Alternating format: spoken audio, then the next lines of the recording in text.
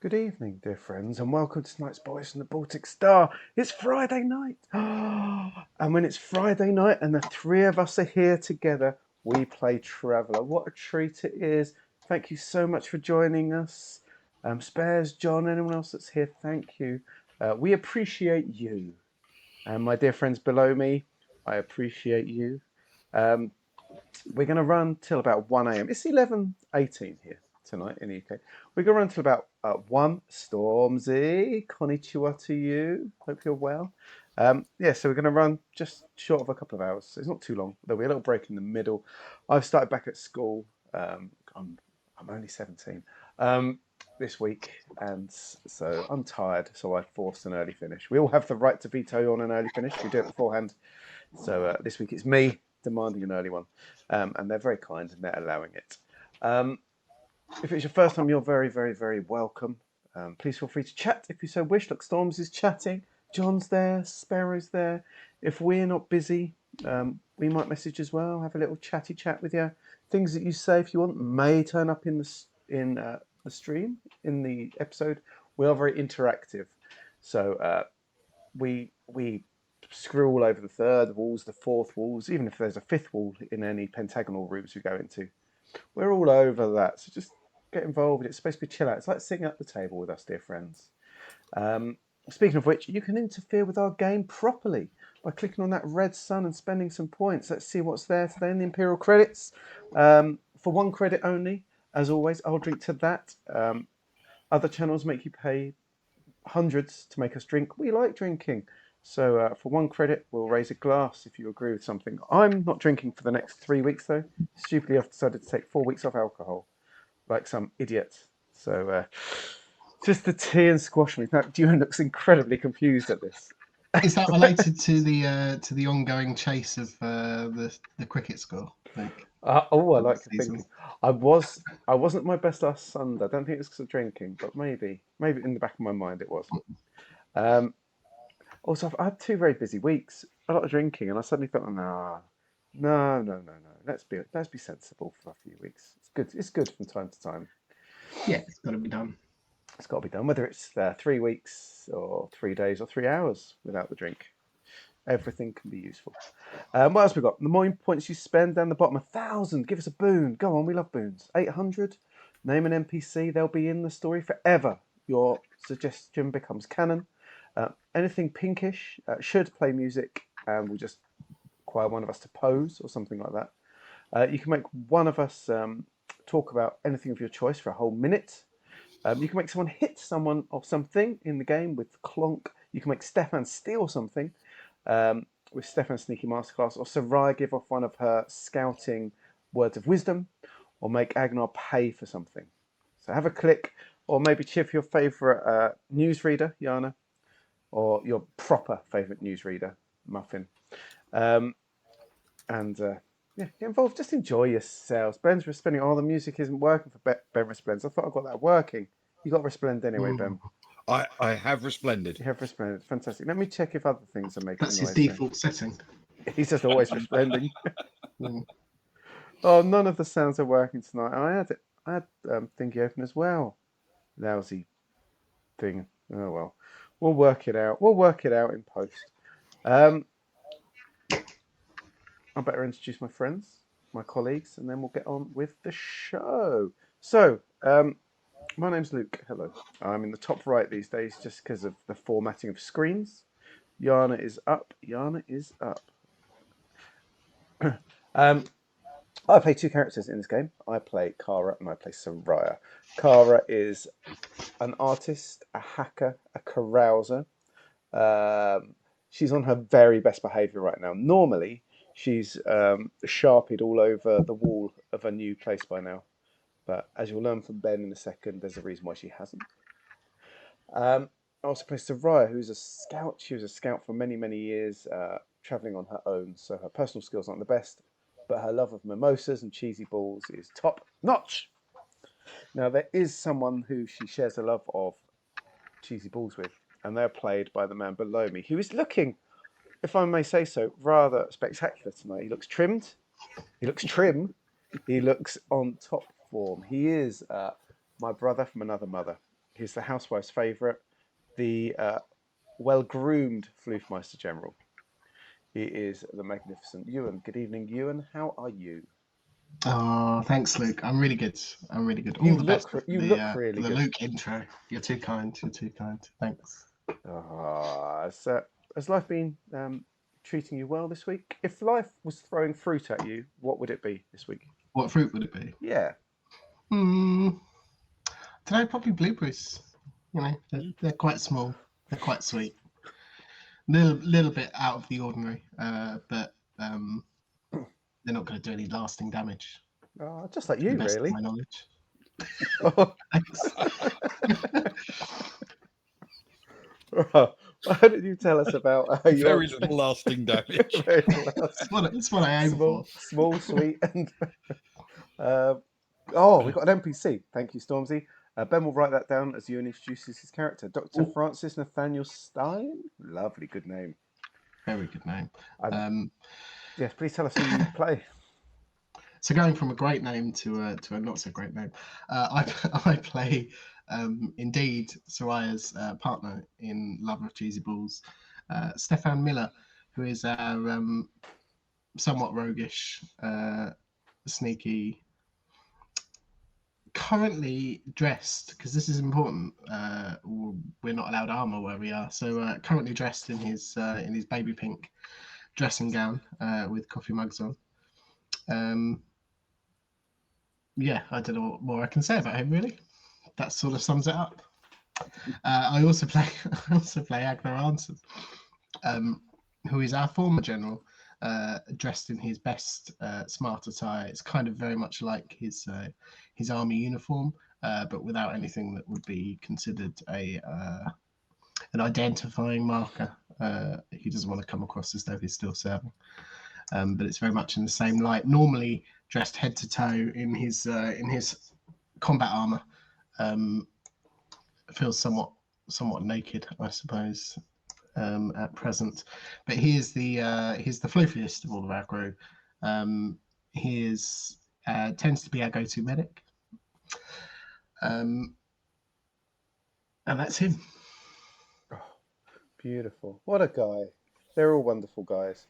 And speaking of a wonderful guy, let's go to the one at the bottom. He is the smartest man in any room, especially this one. He lives his entire life, as you can see in the Twin Peaks dream sequence, and is often found being carried around our town of Faversham on the backs of 6 topless and heavily oiled Eastern European men, waving to the crowds like our dearly departed Queen, and throwing Werther's originals out to the crowds. He is the magnificent Ben. Good evening, Ben. How are you? I'm all right, thank you. Yes, I'm all right. Much looking forward to a little bit of travelling. Yeah, it's a wonderful thing we do. If life was throwing fruits at you this week, Ben, what fruit would it be throwing at you? This week, definitely blackberries. Blackberries. Yeah, In season. I mean, People take. not only are they just about the most delicious fruit there is, but also they are completely incapable of damaging anything. Oh, a good week, it sounds. You guys have been really on it this week. What dreams you've been having. Yeah, nobody's getting guavas to the head. Wow. Not yet. Or pineapples. Rotten tomatoes. Yeah. Can only be around the corner. Well, I suppose if anything is going to have to get tomatoes thrown at you, it'll be the horrible settings you've forced the crew into, Ben. Why don't you tell everyone where we're at and why you forced us into this position? And how much you forced us. And how much you forced us. We shouldn't understate the forcing. Because I insisted that this was where you come. Yeah, exactly. You didn't get a choice in the matter. The water world of Darkmoon certainly feels like a fun place to visit. Come for the authoritarian dictatorship, stay for the downtrodden masses, as they say. So, our heroes are here to arrange for the Deep Night Revelation to be refueled and supported by the local government, and to enjoy the party atmosphere of the planet, of course. They'll also need to refuel the Baltic Star, as the system lacks gas giants. In fact, after just an hour or two on the world, they're really keen to get refueled immediately. This is a world where the governor's face beams down at them from display screens that show slogans encouraging obedience to the law, with something of a threat if you transgress. It's so welcoming and friendly that Zoe has decided to travel with a false identity, just for fun, probably. The city, called Darkmoon City, in a deplorable lack of originality, is a huge floating cone anchored to the southern polar cap with 1 million inhabitants and plenty of security. Part of keeping the population under control is that only the use of shuttles can get a person from one level to another in the city, at least in theory. Still, the local guardians, a heavily armed security force, are eager to explain that the city is crime free and that any rumours you might hear of a rebel encampment on the ice cap are obviously untrue. After a quick visit to a part of the city that handles the kelp harvesting that forms the basis of the local economy, our heroes have jumped on a shuttle to level 1, where the people in charge can be found. And that is where we resume the story. So, as the shuttle uh, takes you gently and calmly up to level 1, right up at the top there, despite the baffles on the surface of the city, there's a little bit of buffeting as you come into land, but moments later, the lock opens and you can step onto level 1. I know it's still a bit oppressive up here, but even in just these 50 levels or so, I feel a lot lighter, a lot more space, you know. I can only imagine what it'd be like, what those guys were talking about, like down in the pit, 900,000, tight, dark, horrible. It's like your room, Stefan. From the Baltic Star. What? You making a joke about the cool side of the ship again? Look, we've been through this many, many times. It's only cool because you purposefully keep the heating down. Exactly. It proves my point when needed. That is true. That's true. And I guess walking around in long black clothes and caked in makeup, white face makeup would be harder if you're sweating down there. Yeah, and dressing gowns as well, to be fair. This is a nice dressing gown. It is my favourite dressing gown of yours. Thanks. I thought I'd put something nice on for the occasion, seeing as we're not allowed to, you know. We Are we allowed to talk about it? We're famously people that follow the rules. And if people say come with no weapons and no armour, then we come with no weapons and no armour. It's exactly true. I'm just hoping that Stefan jumps on his device quickly and just messages over. It does seem a little bit out of character. You're right. Sends it. And so there are no listening ears, or so we've been led to believe. Yeah, on the devices. I'm just hoping we get to see the governor, old Ormel, Mr. Helinski. It'd be nice for him to see you in the dressing gown. I think he'd appreciate it. I heard that nobody's seen them make a public appearance in 50 years. And I heard that his face is a computer composite and is voiced by 7 different people. Don't say things like that. What about you, Johnny? Have you heard any rumours about the governor?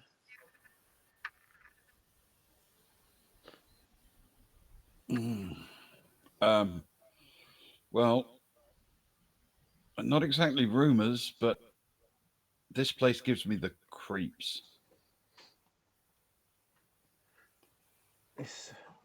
And that's coming from someone that spent a lot of time on Osin.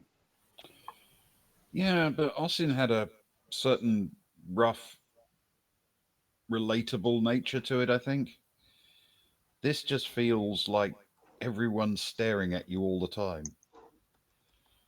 On Osin, people went out of their way to not stare at you. Have you checked that your flies aren't undone? Oh, good point. Yeah, all good. Oh, good. Okay. I'm glad you said not rumours, though, to be honest, because you are the one person of the crew that could have said anything, and I wouldn't know whether to believe you or not, even though you've not been out of our sight, and neither has anyone else. So I don't know where you would have got rumours from, but I'd have probably believed you. Okay. Good to know, actually. Useful for the future. It's a good reputation to have. Your new nickname be Fleetwood Mac. What? Who? Oh, have you never listened? Like when I used to fly around on my own for all those years, I got all these old sound recordings of Terran artists. Oh, I lent you some. Do you remember listening to those ones, those weird bands from I think it was 2093. Yeah. I remember lots of songs about robot overlords, coming revolutions, weird stuff. Yeah, and all like a weird jazz funk. It's quite hard to listen to. Yeah. Too much. What was that? What's that instrument? Too much jazz harp, I think. Oh, you can never have too much jazz harp. Odd. Hmm. I was, Is that the first rule of scouting? no. The first rule of Soraya. That's why the other scouts never liked me. The first rule of scouting is you can definitely have too much jazz harp. Sounds sensible. They were right there, probably. It does put the teeth on edge a little bit. You know, I bet the acoustics on this floor would be perfect for some jazz harp. It's funny I should mention that, and he reaches into the pocket of his dressing gown and pulls out nothing. Not here. I didn't bring my harp.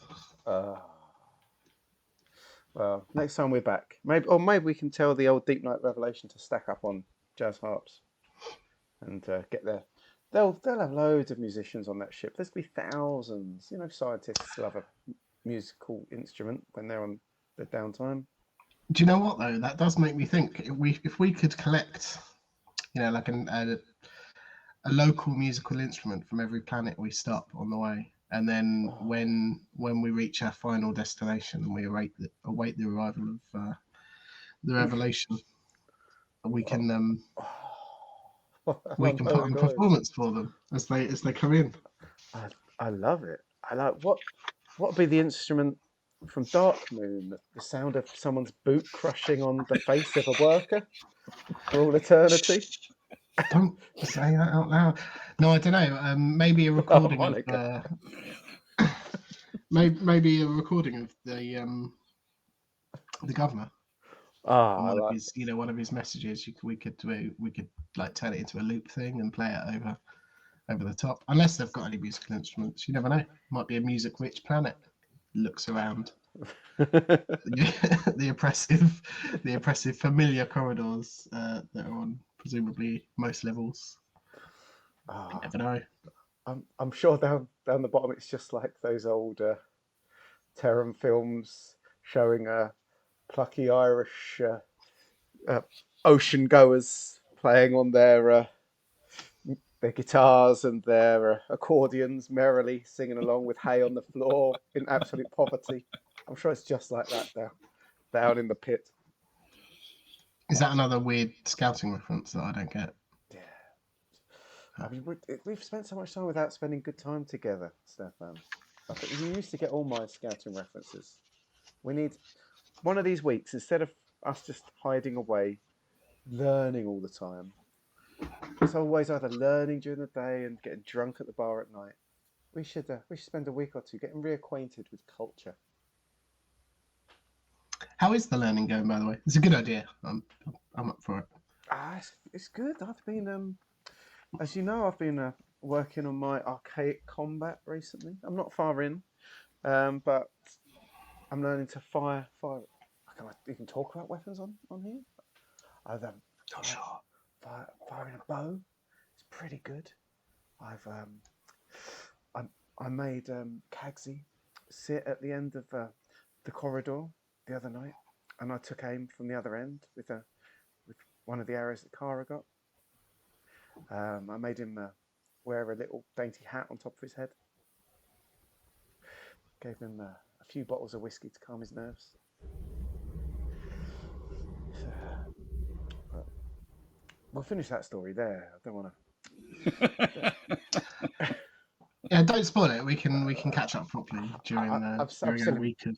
I'm still in week 1 of learning. Ah, Let's just put it that way. Cags is lucky. We should be. We've got a med bay now, haven't we? Nice big med bay. Everything's good. Gerg's there. Keeps him busy. Gerg's told me to get better quicker though. That's the last thing he said to me. Yeah, because Gerg hasn't got enough on his plate at any one time, has he? Really? He's a busy man, this Gerg. Anyway, speaking of stuff on our plate, I guess we've got some stops we need to make up in now. Now we're here. Right. In fact, we've barely looked around.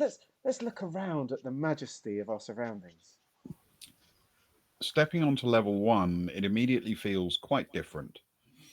The first thing that you notice is that the ceiling seems to have natural skylights that let in the light from outside, making the whole place feel much more open and much less oppressive.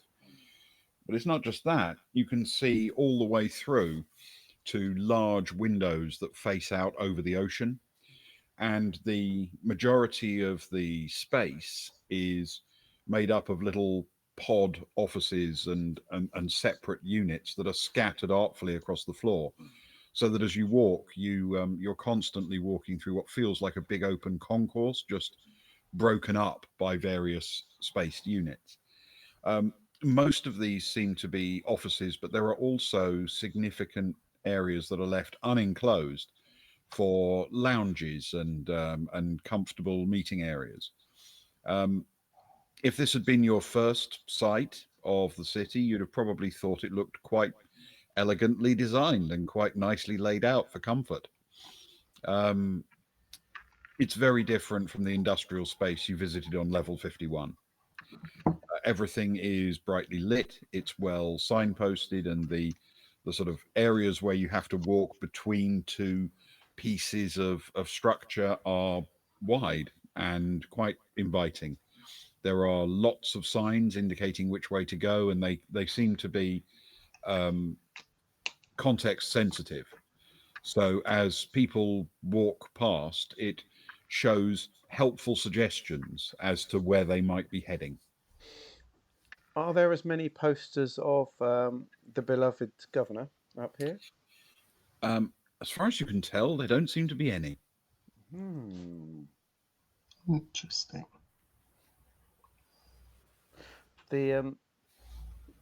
How are people dressed up here? Like we had downstairs was that sort of a lot of overalls, wasn't it? Like and some invented. Is it a different vibe up here? Very different. You do see the occasional overall, but they are overwhelmingly dressed much more casually and not in functional workwear. You've got a mixture of relatively business-like attire and much more relaxed casual attire. Some of the people milling around up here are clearly off duty and are just meeting friends and sitting with a drink. Others are bustling around, going from place to place for a meeting or an event. Is it quite uniform in the way that, different people are dressed? No, very varied. Okay, cool. That's all I had.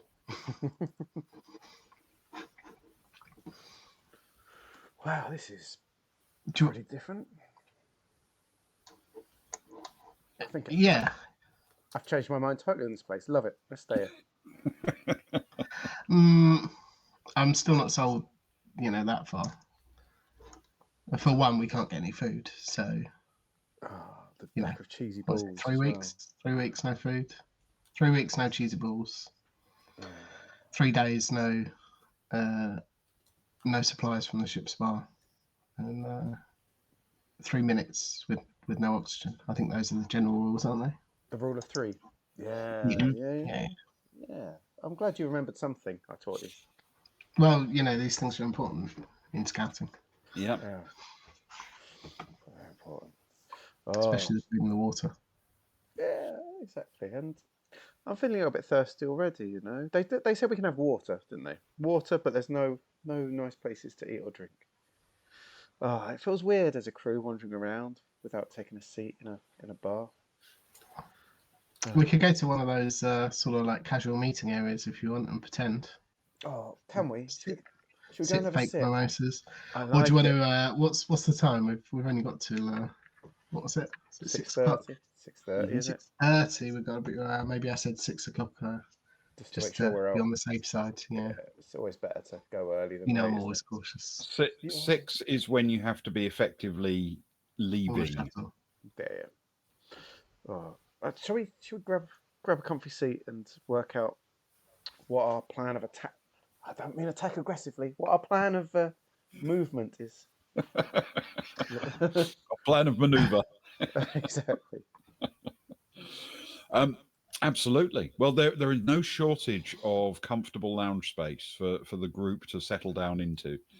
And you managed to find a space very quickly with rather impressive views that look out over the ice floe because you're on the southern facing side of the station. It's a dramatic scene. The southern ice cap is impressive to look at from up close. And though there is a reasonable gap between the city and the ice floe, from where you are almost directly underneath one of those enormous cables that comes from above your head and goes out in a curve over to the ice floe and then disappears over the top of it to be anchored somewhere on the surface. While you're talking about things that you shouldn't be saying, so just so you're aware, I'm pretty sure that after our last week and the learning that we did, that we're not going to do next time because we're going to spend quality time together. Yeah, quality time. That if you ever want to say something but you're not sure about it, you can just like mouth the words, and I think I'll be able to just make sure that you cover your mouth so that if there are any cameras they can't see. So you can read lips through hands.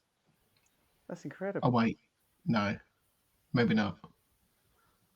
Maybe don't cover your mouth. It's fine. I'm sure I'm the only person in the whole system that can do that. Just mouth the word. It's fine.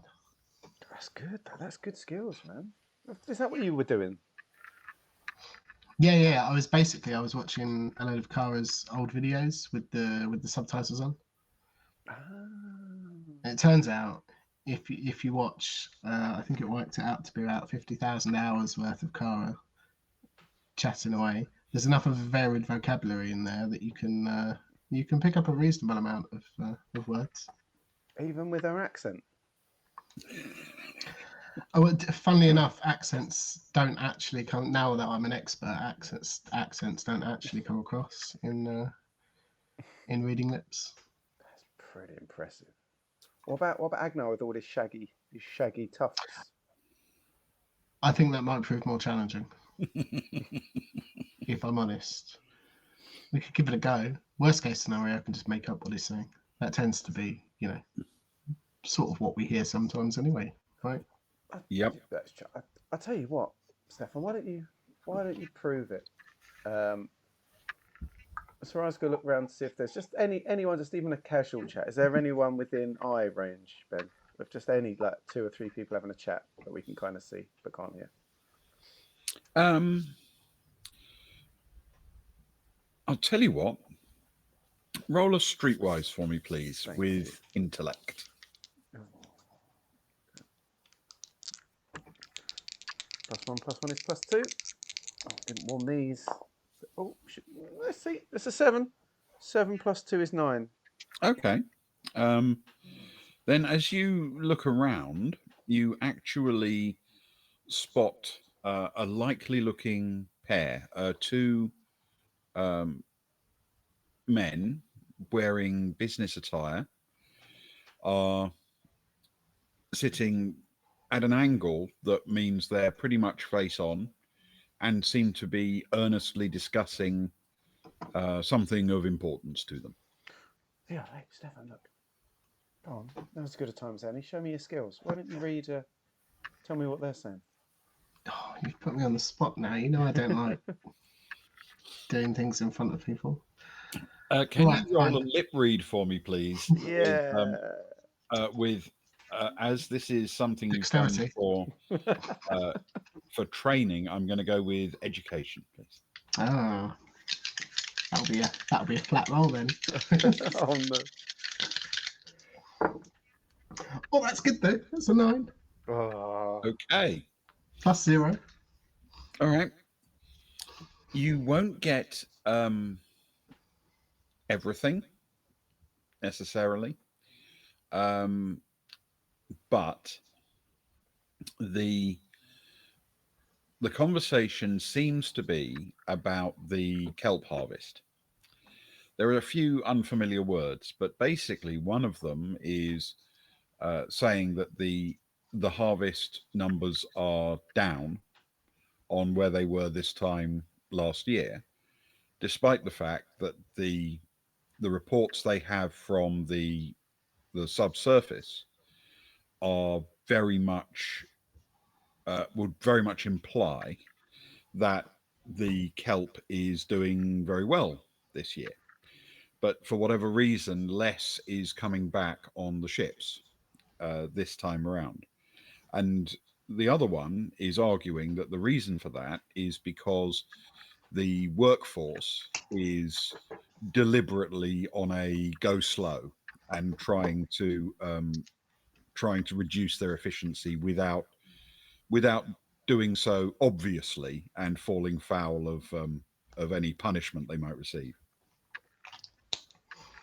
You see, Soraya, the one on the left there, and he turns his back on the pair. Just said, I say, my good man, that's a jolly fine hat you have.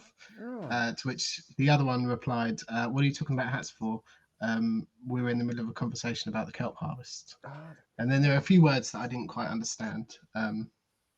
They were speaking quite quickly, to be fair. I was playing those Kara videos sort of like at half speed. Mm-hmm. Just to get a rhythm for it. And then when you learn like that, it's hard to go to anything harder. It's like when you play easy on a video game and then you get chucked in at normal mode and it's really difficult, even though it's not that difficult. I never play easy on video games, so I wouldn't know. Sometimes you've got to do it just for the enjoyment. That's true. Is life meant to be enjoyable? I don't know. So that depends on what philosophers you read. That's true. I'm not one for philosophy myself, of course. No. I wonder if that gentleman's hat is made of kelp. Then we should go and ask. If that's what they were talking about? They were talking about kelp, but it was more about the harvest. And Stefan gets out his device and he messages over to Soraya that the gist of the conversation, that kelp numbers are technically down on last year, although reports say that the kelp harvest is doing well, and that apparently the workforce is on the go slow. Soraya will message to the group. Was that just Soraya? Okay.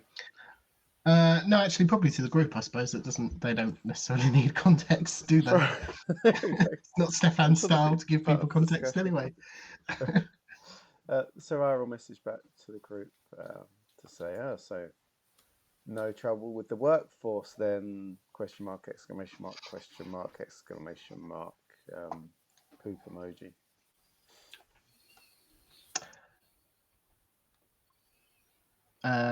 Stefan will jump back in actually, and he'll say, actually, I'm more interested in following those two to see if they get pulled into an official office or dark room for talking about it out in the open. Do you want to go as a group, or do you want to follow alone, or as a twosome? Oh, I'm not saying I'm going to do it. It was just the more interesting of the two options, I think. No, you can if you want. Right, I'm sure sneaking's allowed on this planet. You can always feign stupidity if you get caught. vain. Laugh out loud.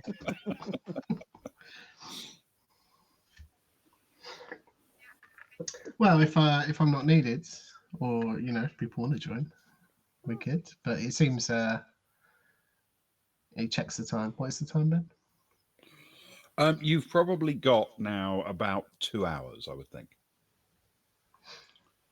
But it is getting a little close to home time.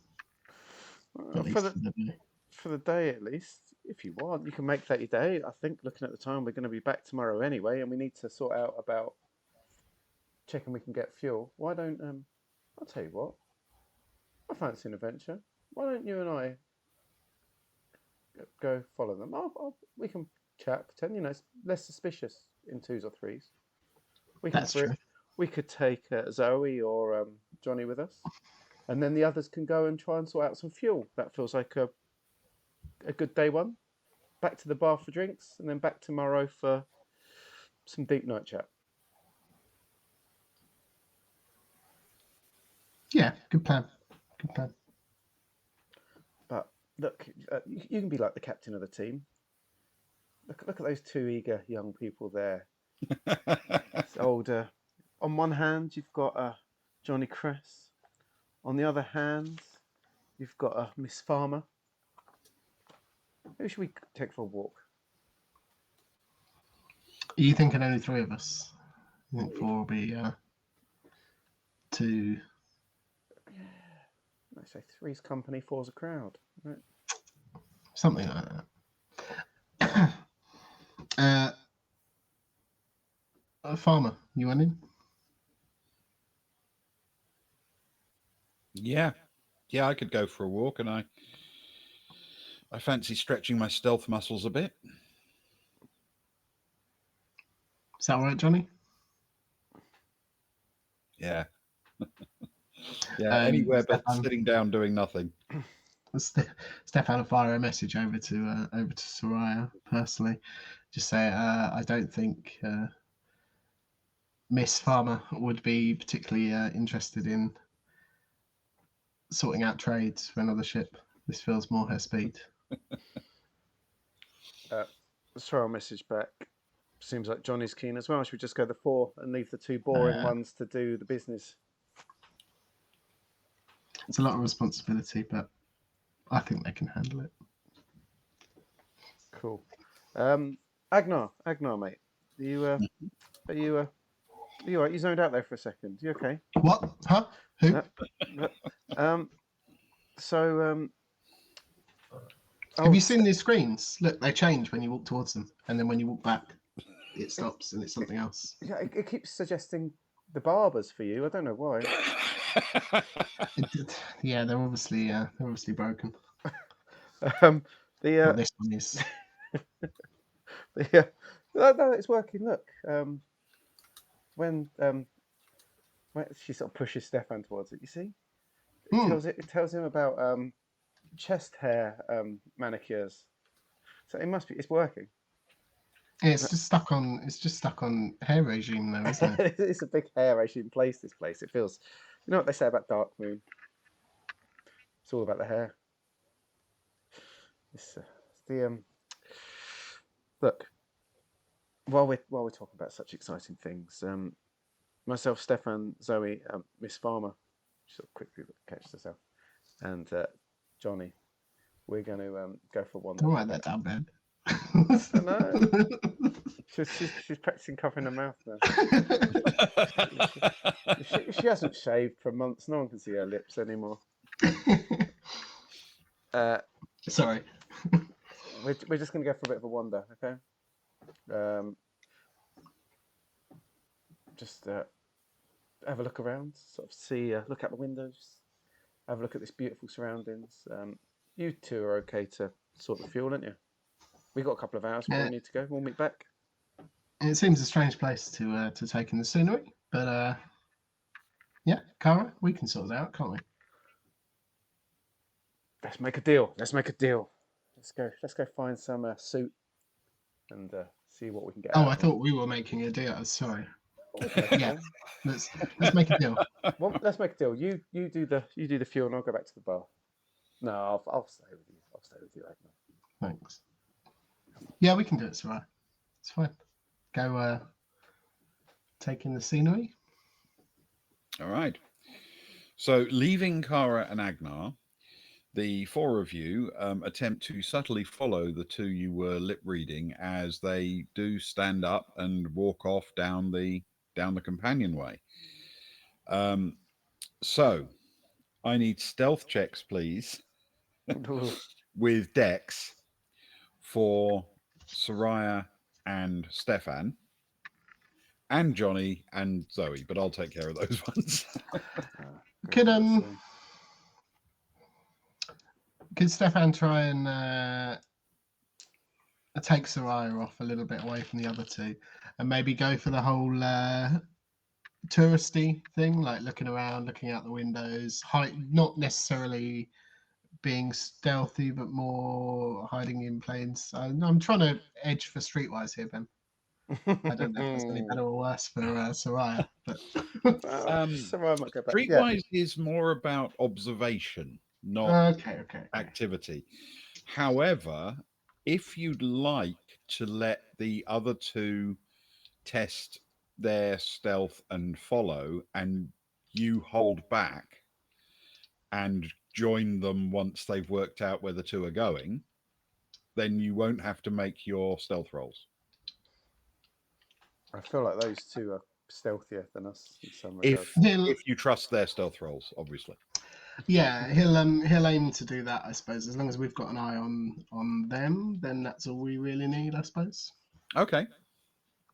All right. Well, the two you were planning to follow, they get up and walk off, still chatting, but I'm afraid now their backs are to you, so you can't see what they're saying. And you watch with quite a degree of pride in your little crew as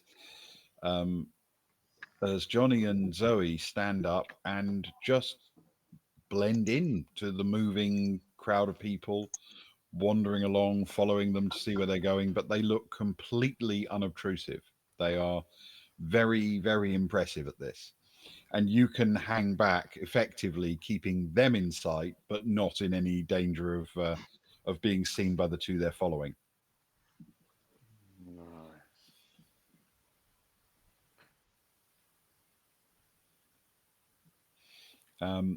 As you make your way around, they eventually arrive at a sort of a section where there are a series of these little office pod areas, and one of them is marked kelp sector 104.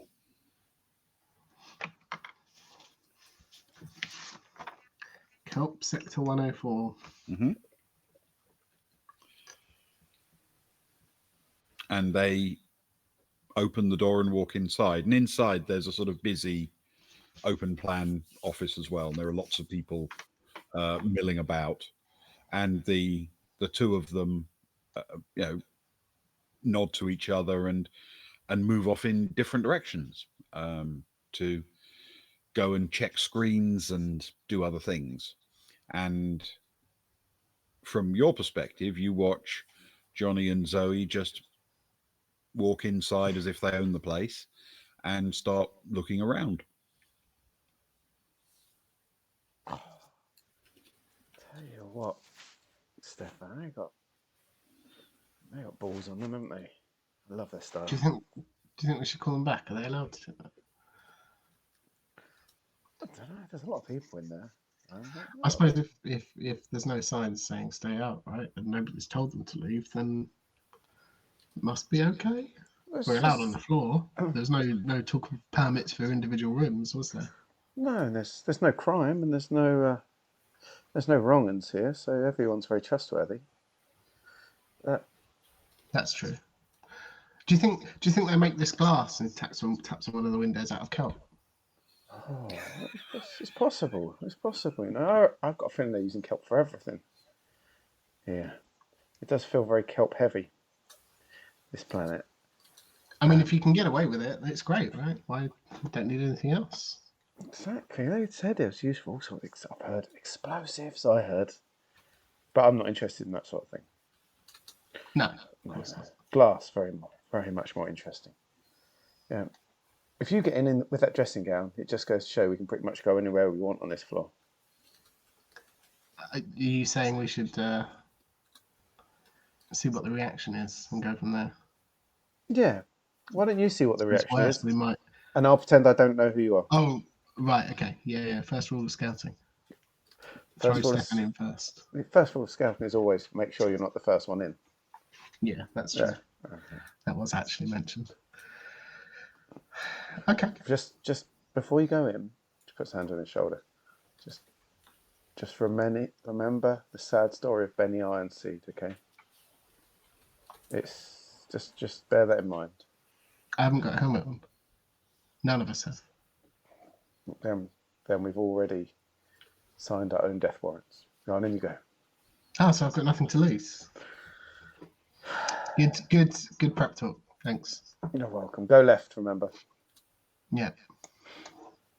And he turns around in the leftward direction, otherwise known as anti-clockwise, I suppose, and walks towards the kelp sector 104 room, door, space. The space inside is busy with people. They're mostly working at computers, though some are conversing with each other. From inside, you can see, first of all, there are quite a lot of people coming and going, walking in and out on their way to other parts of the complex. There are quite obvious display screens. I'm not going to make you roll for this because the purpose of these screens is deliberately to convey this information. So it'd be weird if you didn't spot what they were saying. Once you're in that office, you can see, first of all, a kind of map of Sector 104, though because you don't know exactly where it is or any of the important landmarks on the bottom of the ocean, it doesn't really make any sense to you. And the map of 104 is surrounded by a series of ever-changing numbers. You can see on the digital map the location of several ships that are in the process of harvesting kelp. And each of them has a little box of data next to it showing how much it's brought in so far on this trip. But also what you find around the sides of the screens and on other screens nearby is a comparison between Sector 104 and other sectors in its part of the planet or other sectors that are considered to be direct competitors. And 104 seems to be lagging behind the other sectors in particular. And that may be, as he says, because of some kind of industrial action. But there is, based on the map, another thing that might be hampering them at least somewhat. In the middle of Sector 104, there appears to be a graphical representation of a big chasm in the ocean floor with a big sort of red block over it with sort of hashed markings, indicating that it is not permitted for kelp harvesting. So that area is not permitted. And you can actually hear people talking about how unfair it is and they should be allowed to harvest in that area because they are falling behind and their bonuses are dependent on this and other things, and they should be allowed to harvest in that area. And after a few minutes, you realize that those are basically the common complaints as you move from place to place. There may be trouble with the workers. They've apparently already tried swapping workers with other sectors and it hasn't helped. And they've got a whole area of their sector that they're not allowed to harvest. And they want that very much changed. Okay? Yeah. Yeah, perfect. And Stefan will sort of clock, if he can, where Zoe and Johnny are. They've split up and they are wandering around, examining screens and things. Zoe has managed to find a small portable communicator and is enthusiastically glancing down at it and then looking up as if she's checking one number against another, and everyone's completely ignoring her because of that. And Johnny is sort of lounging in the corner, looking as if he's just stretching his legs after standing up. They really do look like just passers-by. Nobody's paying them any attention at all. Stefan's caught in two minds as to whether to start asking some questions or just to not draw attention to the whole situation. And he, feeling as though he's completed his mission of getting in and nothing bad happening, he will turn around and we'll walk back to Soraya. Okay. Man, what's that red marking on the map? That was a big old bit of the map. You got closer. Yeah. There's a big old red hatched area. They're not allowed to harvest kelp from there, and they're not very happy about it. I'm not I surprised. think it's something about crop rotation or something like that.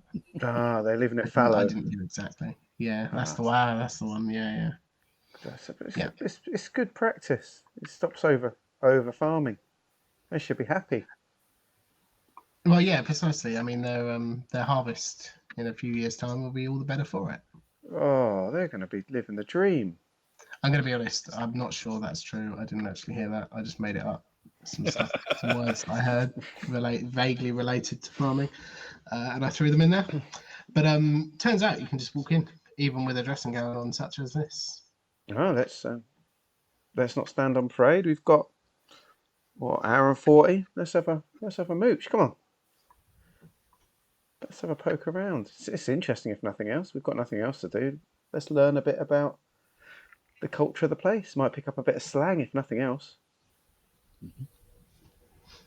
No, that's true. You know, I'm always eager to expand my slang vocabulary. It is. What was that? What was your favourite bit of slang again from Geeker that you picked up? Crutch. Crutch. That's it. What was it for? I've told you like 30 different times.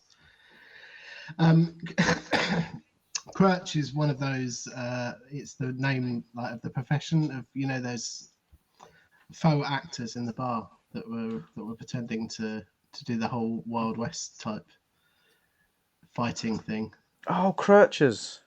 Crutches. It's specific to Geeker and specific to that sort of entertainment venue. Yeah. Sorry, Ben, to jump in on your world building, but Luke threw me hospital pass. What can I say? It's all right. It's now canon. Crutches. Crutches, yeah. Crutches, yeah. Doing the good work. They are. To be fair, right now, we're kind of crutches, aren't we? Well, we will be when we get in that room. Don't start a fight though. No.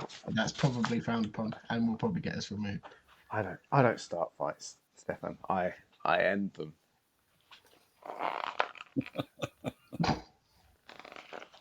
Chuckles and takes her arm and walks gleefully towards Kelp Sector 104 once more. Once more to 104. That's better than 101. You step back inside. And still nobody's paying that much attention. But if you want to start asking questions, you literally just going to start at the nearest people? Or are you looking for people who are doing a particular thing or who don't look busy or, I'm going to assume that it's never good to ask someone that looks super busy and super stressed. Mm-hmm. I guess there needs to be people that... Yeah. I'm guessing there's people, the whole range of people around with regards to how busy or stressed they are. Yeah.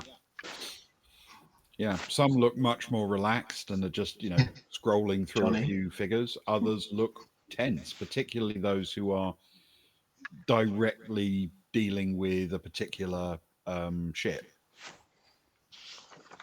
So who are they on the charts at the side with the lagging behind?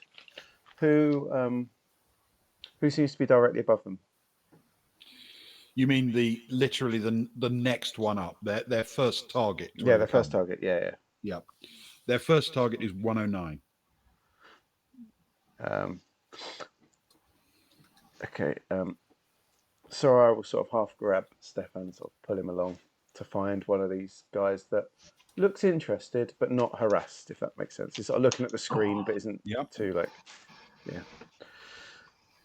And then Okay. Can you roll a streetwise check for me, please, for Soraya, with intellect? that's probably about the best that I could have done out of all the possible things. There's not much.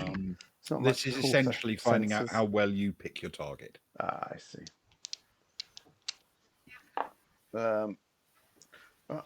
It's about the seventh 7 I've got in a row. That's 9.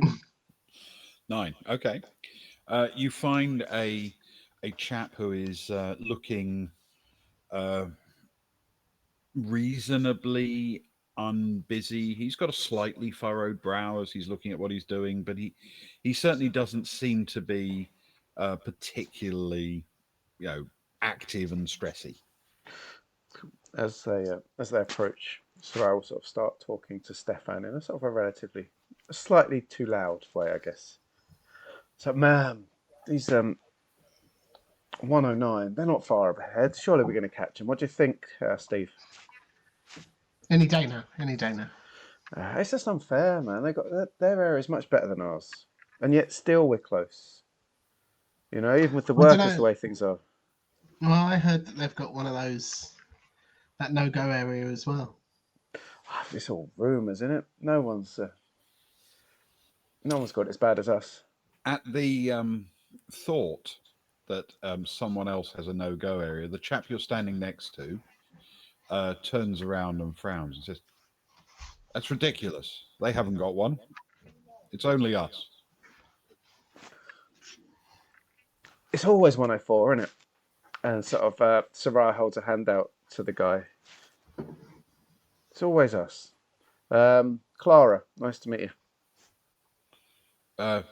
Nice to meet you, Dr. Stein. Dr. Stein. What do you feel of our chances? Are you feeling good? Are we gonna? Well, we've got to catch 109, haven't we? Surely, even with our limitations, we outclass them in many ways. It's going to be tough this season.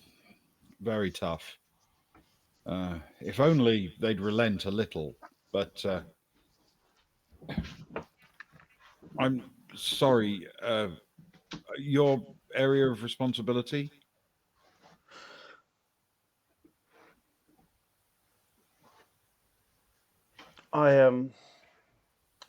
To be honest, it's not the most glamorous. I have to deal with the numbers coming up from the lower floors and put it in. I have to sort of head down, get the data from there, bring them up. It's to be honest, it's always nice when I'm up on the first floor. Oh, right. You're in quality or processing or something normally? Yeah, I get bounced around all over the place. What number floor was it that we were on earlier, Steve? 51. Oh man, they found us all over the place. We did about 7 different floors today. Every time we come up though, it just drives me crazy about those red hatchings, I almost forget about it down there. And then I come back and I'll see it again. Man, we're so screwed. It's not fair.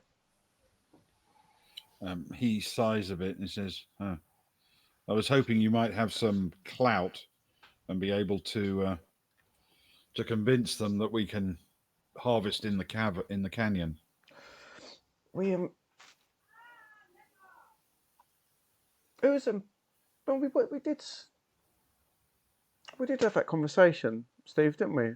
With the guy who reckoned we might be able to get something done that way.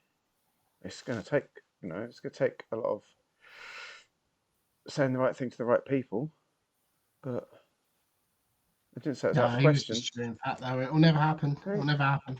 I've told you know. once. I'm a dreamer though. I'm all for 104. You know? It's ridiculous, he says. The last time I pushed the request over, it came back saying it was dangerous. Like we've ever considered safety when choosing how to harvest the kelp. How long ago did you push it, Dr. Stein? Maybe enough time's passed that we can take the same line? It was a few weeks ago. We're fast approaching mid-harvest now, so if we can't get it resolved soon, we won't get much use out of it this season anyway. What reasoning did you use last time? We're going back. We've got not today, but tomorrow we'll be heading back, and we might be speaking to some guys with a bit of sway. Well, I suppose it doesn't do any harm to try. My argument was very simply that the deeper the ocean, the thicker and better the kelp grows. And sure, it is harder to extract, but I mean, you look at the numbers, you bring in less volume, but the volume is thicker and of better quality, higher density in the sugars. So, with Cadmos the way it is, we could actually dramatically increase our throughput, even on a lower base yield.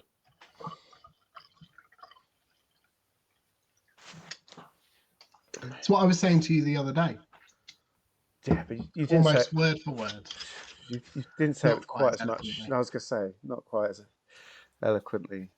I think, but you were saying the same thing. It's clearly, Doctor. It's clearly a thought that is gathering some sway around these parts, though, right? I think you won't find any argument in this room. Where's the block coming from? Do you know? If only I knew. Somewhere up top. That's always the way. What was their reasoning for not allowing it? It's forbidden, What the latest rumours in 104 about why it's forbidden? That there's always rumours, and they seem to change every time we sort of floating around. What the latest? Well,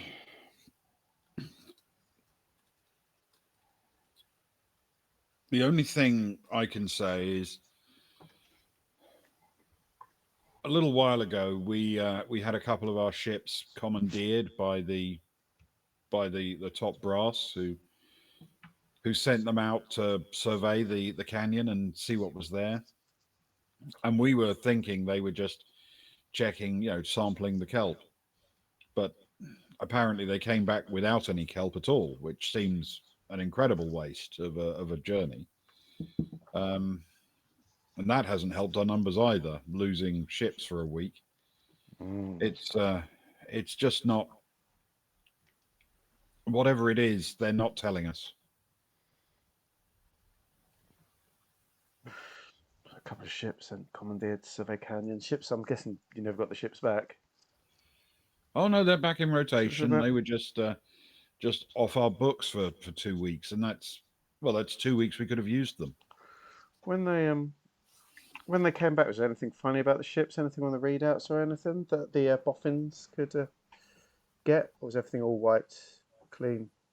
Who knows? I don't go near the ships. I'm a level 1 kind of person. Oh, I don't blame you.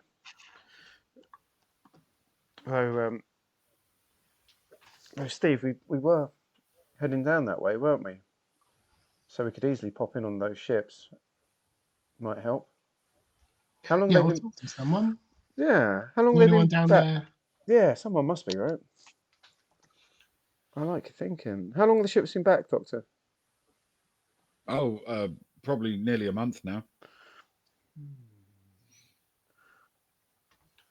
Which ships were they? Because, like you say, Steve, we could go down, have a chat with some people down there, see if we can find out a bit, get some strength to understanding what's actually going on.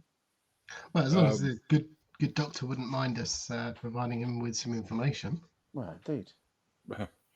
Anything you can do. It's 104-06 and 104-11. 104 Dash 06 06. Yep. And and 104-11. 11. Cool. I think I reckon that could be our 10 o'clock, Steve. Then we're heading down that way anyway. We can make a little detour. What do you think? Anything for the good folk of 104? Well, anything for 104. My dad was a 104.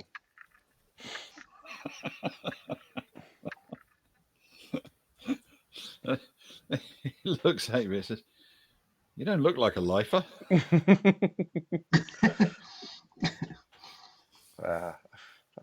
Come and gone a little bit, but it's good to be back and helping out around here, you know. Cool, thanks, man. Well, yeah,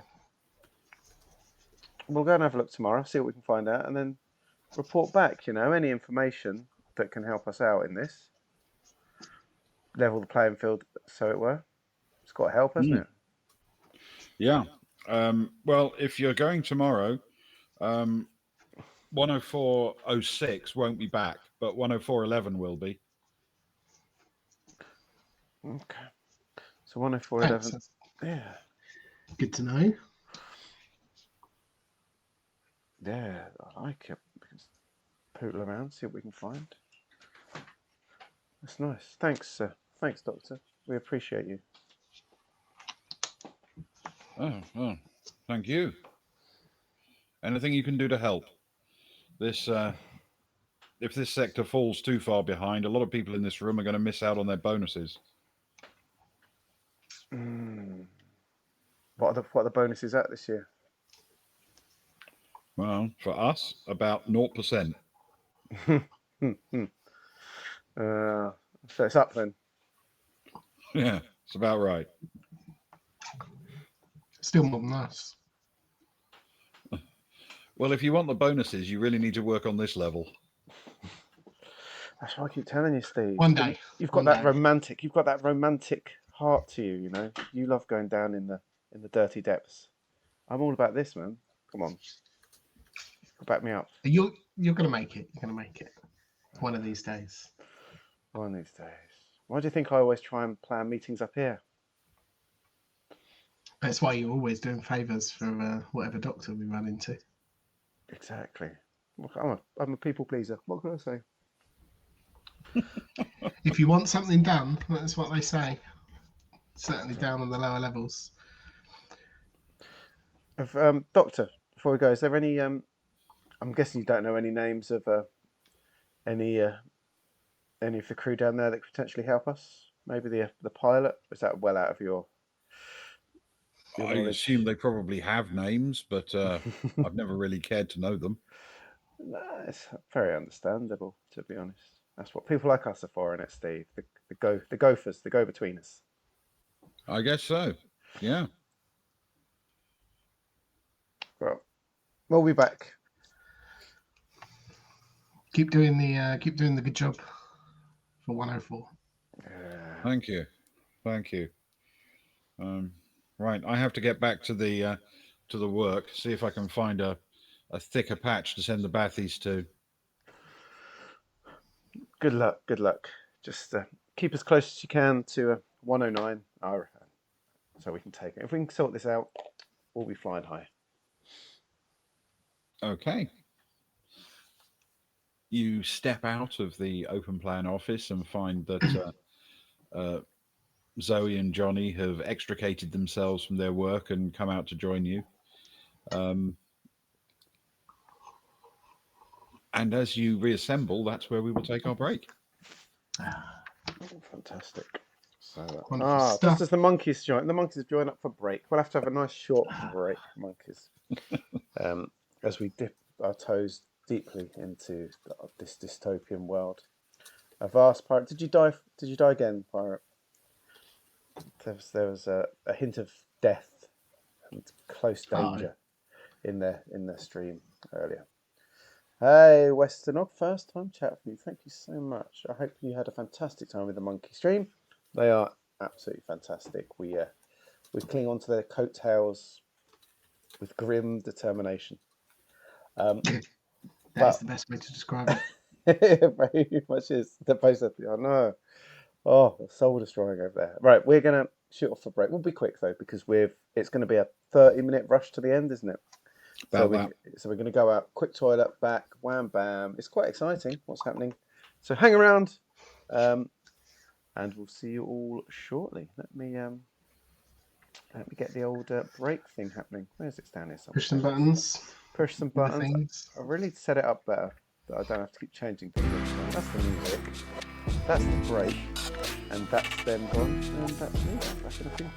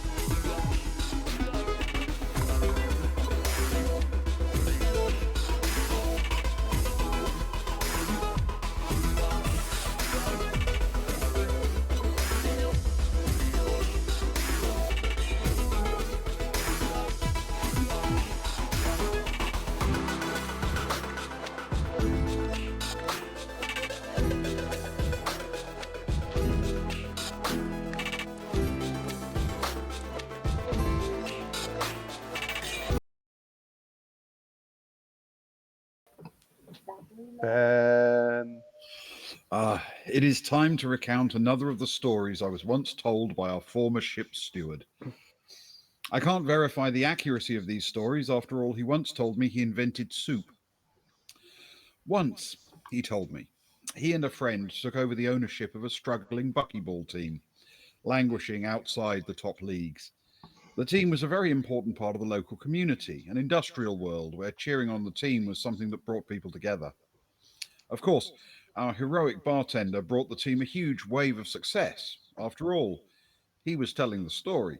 So his efforts brought the team promotion after promotion until they were competing in the upper divisions of the sport.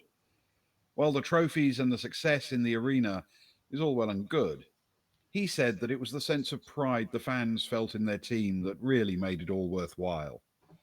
Our band of travellers are fighters, investigators, jokesters, and carousers. Seriously, some of them literally have carouse skill. But more than that, though, they're a community. And part of that spirit is conveyed each time we convene as we toast the former ship's steward. Please join us as we raise a glass to the late, great Greyhill Bast. To the late great Greyhill Bast. Great Greyhill Bast. So, our party of adventurers reassembles for the next part of their plan. And as they do that, we should probably cut to the other two, because we have cruelly neglected the other two members of our team who are off doing exciting things on their own, Kara and Agnar. Agnar, down to us to do the exciting things again. The important things, yes. But mind you, I think we will be the only successful party on the ship. I can't imagine the others got too far. I mean, did you see what they were wearing for one? Not Zoe or Johnny. They were all right. That is true. Blend in anywhere. Yeah, I barely see them when they're with us. Johnny and who, sorry? Well, precisely. It's lucky your lips are so furry, no camera could ever pick anything up you say. What? Exactly. So, I guess it falls on us to try and get some fuel. To be honest, as okay as this floor is, I feel very stifled that I can't be graffitiing anything around here for fear of anything. I feel worried about speaking with my usual freedom, you know. So, if we can get this fuel sorted tonight and get fueling as soon as possible, at least we've got the chance to get the hell out of here quick. Do you know what I mean? Yeah. We can head back to the ship and make a move anytime we want. Oh, that'd be sweet. It's nice to have that in the back pocket. Yeah. Yeah. Get the. To be honest, I think that should be our objective on every planet we visit, because you know how sometimes we like to go around the houses a little bit, take the scenic route, have a few brunches. I kind of feel with this one, there's a rather large vessel and all of its occupants relying on us to get them what they need in order to move on. I feel as though we should maybe prioritise that over. I'm not saying no brunches. I'm just saying maybe later. Fewer brunches. No, not fewer. Just later brunches. Other stuff. Just stuff in a load of brunches between 6:30 p.m. and midnight. Well, precisely. Hourly brunches every evening while we're here. Everyone. I'm up for just every night we have to be here. Hopefully it's not too many. From 6:30 till midnight, we'll just have constant brunch, a rolling brunch. We'll talk to Rose. She can get a buffet going, a brunch buffet. Oh, that's a good idea. And then people can come and go as they please, and brunch to their heart's content. We could make it a thing as well. If it goes down well, it could just become a thing on the Baltic Star. Bast's brunch buffet in Baspar. The brunch buffet in Baspar. If we ever took on any, paying passengers, that would definitely be a selling point. I feel. Yeah, they could pay a little bit extra for the for the Yeah. all-you-can-eat brunch buffet in Best Bar. Yeah, I like Yeah. it. The bottomless brunch buffet in Best Bar. Yeah, I like it. I'm making a His note of it. bottomless bar are good. Well, we'll flesh out the details later. But we won't use your good whiskey. We'll use your cheaper whiskey. We'll use the ship's cheaper whiskey. Oh yeah. Okay. All Maybe of that's my what. whiskey is by definition good whiskey. Ah, yeah, it's true. Anyway, you're a man that's been looking at the signs. Where do we need to go? Or is it still staying on the barber signs when you're nearby? There are signs that look quite helpful. There are some that indicate administration, some that obviously point to various sectors for kelp production, for the oversight of the processing of the kelp, for Cadmo's shipping and shuttle management, but also there are signs indicating the overall command offices, the sort of executive suites for the whole facility, and those that point towards orbital operations and things that sound like fueling might be something they could handle. What do you reckon? Command, clear it first, or straight to the what's the fuel version of horse's mouth? The Hey, Straight to the hay. straight to the pump. I don't know, man. It feels like everything seemed very by the book, didn't it? Like there was a lot of paperwork. Maybe we do need to go to the big cheeses first to get it cleared off. Yeah, I suppose at least pay our dues. If the army has taught me anything, it's to go through the proper chain of command. Oh, you have changed from your rebel young years. It's weird being on this end of the chain of command, if I'm honest. But anyway, what decision? Let's go command. You want to go to the command? I don't want to go to officers. command. I just feel like it's going to be the way that gets us what we need, I suppose. Oh, you look excited. Oh, I don't feel excited. I'm putting on. Do not like it. Can't you tell? I'm an actor, aren't I? An actress. I can put on different faces and Many faces. moods, many faces. Let's do it. But any big discussions? We're short on time. Let's go fuel first. We can do. We can go into anything with Deep Night afterwards. But I've got that feeling. Let's just get the fuel sorted. I just want it there just in case. So where are you heading for the fuel stop? So not directly to the fuel, I guess, to command, I suppose, to pay our respects. You're heading to the executive area. Yeah.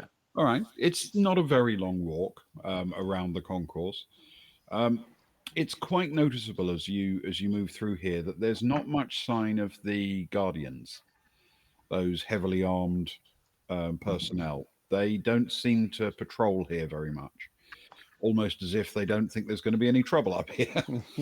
And as you make your way around, you eventually do encounter a set of executive offices that are mounted against the outside of the city's viewpoint. So there's still a very broad concourse running around the inside, and that has windows overlooking the inside of that cone.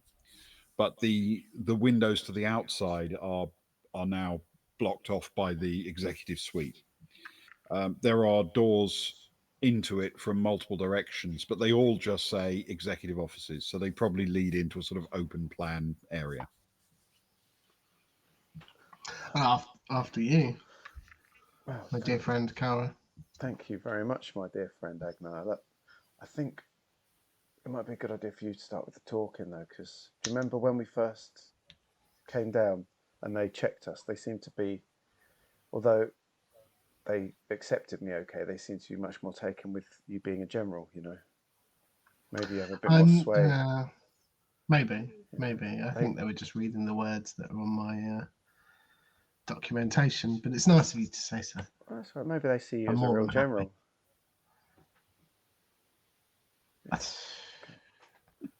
I am the very model. I will have you know. And he opens the door and walks in. Oh, after me then. Thanks. As well, until the mention of my real general.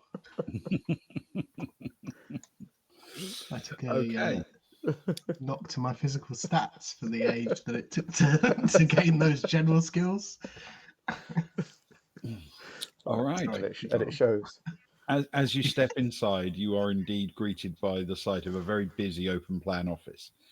Here there are also lounges, often against the tall windows that overlook the ocean views.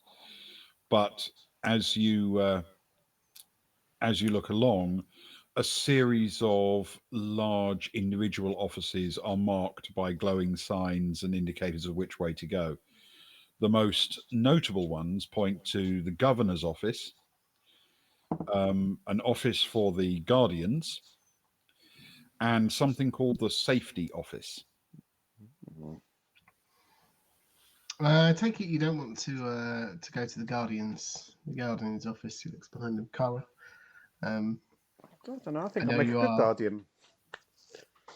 Well, maybe, but it's the talking that I assumed you were less interested in. I know you are a big fan of. What was that dance you called it? No, not the governor's dance. The other one. The juggle bug. No, the safety dance. That's the one. The safety dance. The safety dance. Yeah, I know you're a yeah. big fan of that. Do you think the safety office is? I don't even know what it does. Keeps people, things safe. Yeah. Should we go straight to the head cheese? I like it. Just be on your best behaviour. The last time we met with the governor, you poisoned him. Don't. I'm not sure governor was the right term. It was a very different world. There was it was lawless. There was crime everywhere. There was definitely the sense of an uprising. Very different place. Oh yeah, there's no sense of uprising or crime here. Very different. Very different. I think you'll get on swimmingly. Let's go. I'm fascinated to put the man behind the posters. He might be far too big a name to go to just for fuel, but a bit of schmoozing. You never know what you might get. All right. I'm sure if we drop the Deep Night name, it might It's a open some doors. Maybe. It's a very big voyage to be part of that. Maybe they could ship some kelp off on them or something. Who knows? Bit of advertising. I'm sure the Deep Night's selling advertising on the flanks of the ships. Wait, just so we're clear, they want to buy stuff here, right? It's not just us that needs refueling. Yeah, we've got to see what we can get. They'll need refueling for sure. And I'd imagine some kelp food at the very least to keep them going. Might be helpful, mightn't it? Okay. But, so you make your way towards the governor's offices.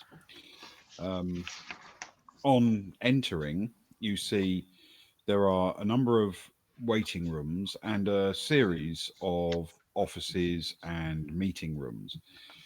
They are, for the most part, glazed on the outside, so you can actually see into them. But in the middle of all of this, there is a pair of offices next door to each other, which are not glazed. You can't see into them. One indicates the Governor Helinsky, is listed on the door. There's a sort of little open plan reception area in front with a couple of young men working behind desks, working on computers and keeping track of comings and goings and schedules and all the rest that a governor has to worry about. At the room next door, there is a room that simply says Jalek Jin.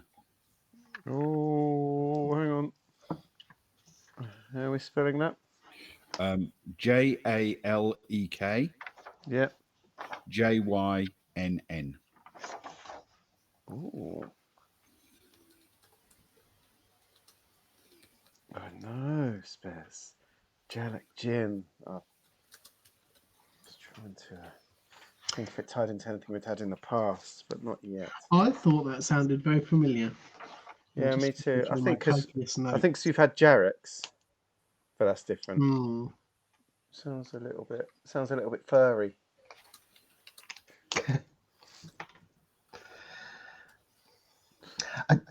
Kari, you see that?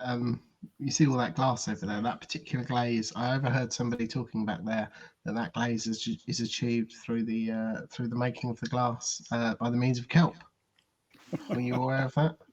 I wasn't. That's fascinating. That was really, really fascinating. Do you We see need the to get odd the recipe. glimmer that it has Yeah. compared to the Baltic Stars glass? I noticed that when you get close enough and it reflects you a little bit, your face seems distorted and weird though. But only yours. I didn't notice. I can only take your word for it. Maybe it's something to do with the fact that both of your eyes are firmly very much on the front of your head. You know, they're much narrower than mine are. I mean, mine are on the front of my head as well, but much further apart and at slightly different angles. You say the sweetest things. Your eyes are very much on the front of your head. Oh, are you trying to come on to me, I'm Agron? assuming it's natural. All a flutter. I'm pretty sure Kara's never described the positioning of her eyes. I'm going to take it for granted that is where they are. No, I've never thought about it before, Ragnar. These have just always been my eyes. See, it's the things us Vargas notice. Yes, indeed. What have you noticed about this space, though, Agnar? Apart from the kelp Apart glass. from the glazed cup glass. Where do you think we should go? It doesn't necessarily seem obvious, does it? Do we need to speak I was to expecting there to be like a the two Tims? Though they're probably not Tim. They've probably got a very serious, boring name.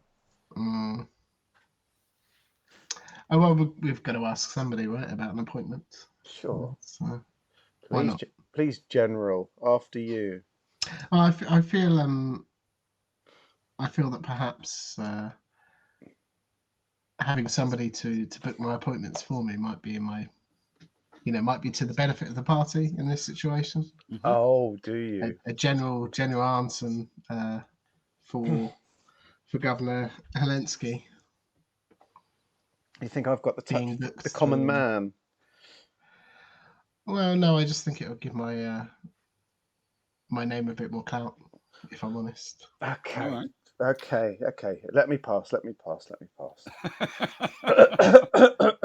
And Agnar will stand behind, looking around nonchalantly. Of course. All right. So you walk up to them. Good evening, my good sirs. How are we? Good afternoon. Can we help? Yes. My my name is Karalaska. I doubt you've heard of me. I'm sure you're right. It's my honour to work with this splendid gentleman, Major General Arnson. Oh, sorry, And General they General glance Arnson. across and look at Arnson. Yes. So General Arnson. Sorry. I must remember his correct rank. We were wondering if we could place an appointment for the good general to meet with the governor regarding some important issues while we're here, please.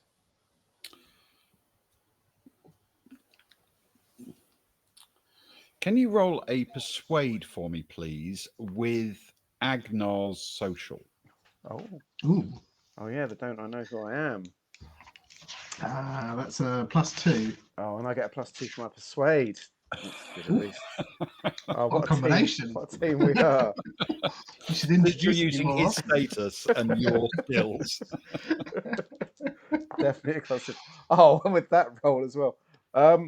13. Phew. Okay. No, sorry. Not 13, 15. Sorry. 15. 15. Sorry. Immediately, the flunky leaps to his feet. It's like, of course, at once, and steps over to the door and knocks twice on it. Waits until he hears the words "Come in," and opens it. And he says, "Governor, General Arnson here on important matters," and shows you into the room.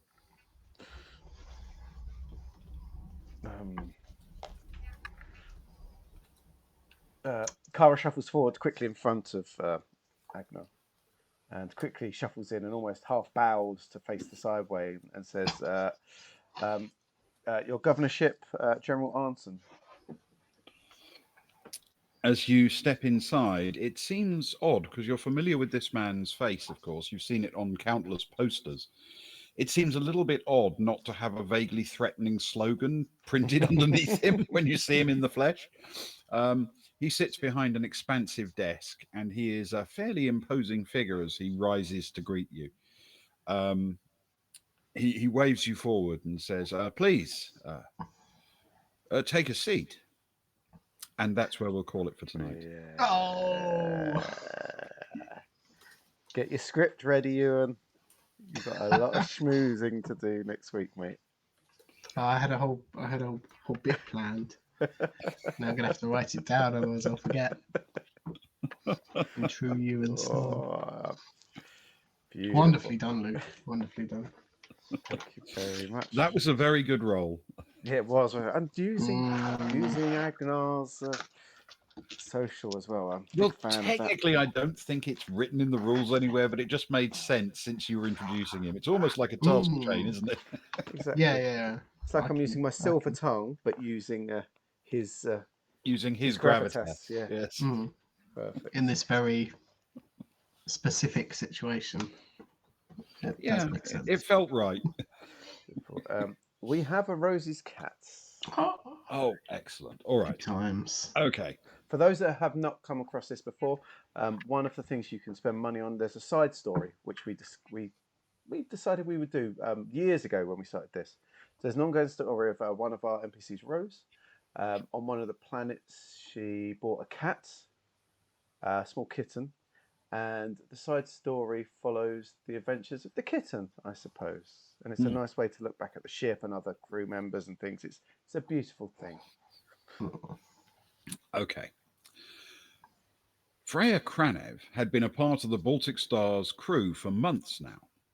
She'd been recruited from the liner Seamstress, where she was taking a short holiday because of her skill in ancient writings and inscriptions.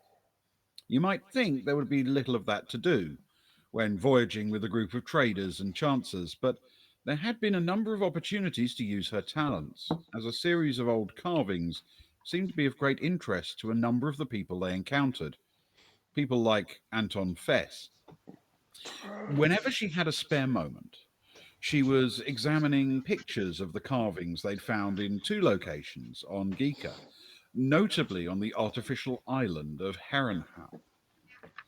Kranev had been mostly shielded from the most dangerous part of the Baltic Star's life, and the senior crew always seemed to make sure she was either out of the firing line or, at least, there was someone between her and the threat. Dangers were less dangerous when there was a heavily armoured Varga officer in the way, or a skilled scout, or that angry Zodani. Today, as the ship plied its lonely course to Darkmoon, she was working hard. Whenever the ship was in useful contact with a major library or archive, she downloaded all the reference works she could, and for a long time, none of them had produced much of value. But the last set of downloads, there were things here. Of course, it wasn't going to be easy. A lot of the symbols were still completely unfamiliar, but a few looked a bit like old Zodani. And it was more than that. There was a sort of style to them, a commonality of design that somehow felt Zodani. She tried running it past Zoe, of course, who told her they did look reminiscent of old Zodani writing, but her talents were not really in the area of ancient history. Right now, though, there was a more immediate problem because the display screen she was using for the reference work was experiencing something of a malfunction.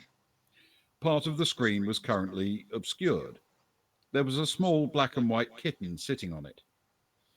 Not curled up and sleeping, stretched out and watching Kranev with great interest.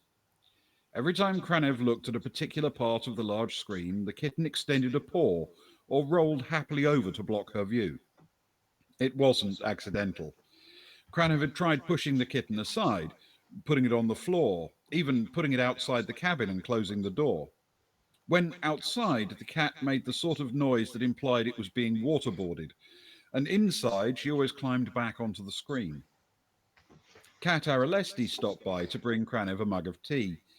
The pilot was someone who took life lightly and didn't seem to understand academia all that well, because scholarly research seemed to involve too little dancing and drinking for her taste. Kranev begged the pilot to take the kitten away, but her response was to gently tickle the small animal's belly and stalk off laughing. Nobody else came to Kranev's aid, so she would either have to accept the situation or call for help. And the historian didn't want to call someone to move a cat. It would probably lead to some mockery. Kranev turned back to her work. Caboodle, the kitten, was now sitting up, waiting for their next battle of wills. Kranev reached out to stroke the cat, and then she saw it, right between the two oversized front paws, a symbol that was an exact match to one on the carvings. Underneath it, another, then another. Her eyes widened. The cat had forced her to look down the panel rather than along each line. What if the important symbols were written vertically? She picked up the cat and began cuddling and stroking her with happy enthusiasm, and Caboodle responded with loud purrs and climbed down into her lap. With a broad smile on her face, Freya Kranev began scrolling around the pictures looking for sequences of symbols that might mean something recognizable, now idly playing with the cat in her other hand. Oh, yes, she thought, as Caboodle gently bit her fingertip. Breakthrough. Very nice. Thanks, Ben. Oh, some plot, Thanks, some Sarah. kitten. Beautiful. What a Mm. combo. Thank you, Spez, for buying that. Well, that brings to the end another Baltic Star evening, and thank you so much, all of you, for coming along, hanging out with us. We do appreciate it. We'll play anyway, but it's so much more fun when there's some people around and there's some interaction, and it's wonderful. It gives us energy, and we thank you so much. Yes, thank you very much to everybody. Always appreciated. I'm almost not sure what it would be like to play without people now. Yeah. It'd be a bit unnerving, I think. When was the last time the three of us just sat at a table, just the three of us, and played? Not It's sure been a I know what while. to do. It's been a long time, man. Maybe we should at some point. Probably. No, Yeah, with people. has to be with people. What you mean, make content, but not put it online? It just doesn't feel right, does it? Doesn't feel right. That would be very weird. Oh well, maybe if suddenly we have a load of time out of nowhere. Yeah, In our copious free time. bound to exactly. happen. We've all got lots of it. So anyway, thank you, dear friends, for joining us this evening. We'll do the same next Friday, I believe. There's no reason why we can't do more Traveller next Friday. Absolutely perfect. Next Saturday, Spez is here and has finalised. We can save Dave next Saturday. Ewan, is that still good with you? As the GM of Save Dave? Wonderful. Save Dave is a lot of fun. I get to spend time with my best friend, and Spez and Ben are along for the ride. Tomorrow, no idea yet. We'll be in touch. We'll be doing something. Something will happen. No idea what it is. Things will happen. We haven't worked out what it'll be, but there'll be something on tomorrow night. Ewan's not here, so we'll work it out. Yeah. It's just been busy. we'll sort something. And yeah, so Fridays and Saturdays, come back, hang out with us. We love you lots. But until that, sleep well, everyone. Thank you so much, and maybe see you soon. Good night. Good night.